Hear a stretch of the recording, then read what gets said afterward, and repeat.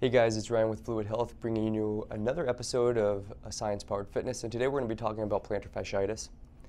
Plantar fasciitis is the tissue at the bottom of the foot that creates the arch of your foot. It's partially responsible for absorbing force along with the structure of the foot. So you got your bones down there that absorb kinetic force, but you also have fascia or connective tissue, and then you have muscles. They're called the intrinsic toe flexors. So you have your abductor and flexor hallucis, big toe. So they basically pull the toes back into flexion and creates this arch.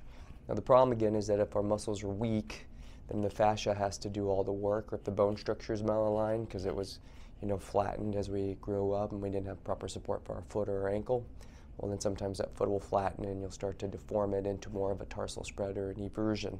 So what we're really looking at when we're looking at the ankle is the ability to maintain what's called subtalar neutral. It's a little bone underneath the ankle. So here's the mortise, these two bulbs at the bottom. You got your medial malleoli and your lateral malleoli, and then create this groove that this little talus bone floats in, and then your heel sits on top of it. So when you put weight on the foot, it dumps in, and that's called supination or adduction. The foot will flatten, spread out to basically absorb force. Now that happens and puts a lot of pressure in on that tissue every time the ankle rolls in. So again, what we want to draw your attention to is the fact that if the hip is rotated open, let's say when you're walking, your hip rotates backward. When it rotates backward, look what it does to your knee. It pulls it open and forces the foot into more of a supinated position. So it rolls it open onto your pinky. What that does is it creates adaptive shortening of those muscles, and it can tension and shorten that fascia. So when you load it, it can become painful because it's adaptively shortened, and it can create some irritation. So what we want to draw the attention to is the disposition of the hip and how it can lead to the change in the organization of the foot strike. Now it can create a disposition towards shortening, and then again, potential for overstretching and irritation.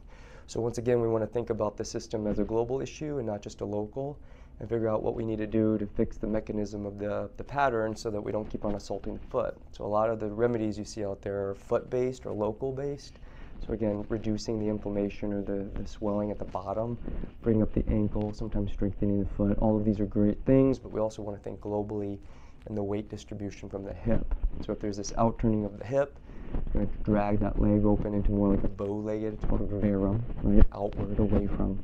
But either way, that's going to create a distortion at the ankle and then the foot, and then it has to modify at the foot. So think big picture, guys. Questions on this, reach out. Again, admin@fluidhealthandfitness.com. But once again, plantar fasciitis, fairly simple to fix. Get your hip stable, get your glute to stabilize itself. The hip doesn't turn out. Get your foot stronger, work the arch muscles, and let's free up those ankle mobilities, and then your body's going to start to operate as it should. Questions, once again, reach out. Your body's designed to move, stay in motion. We'll see you soon.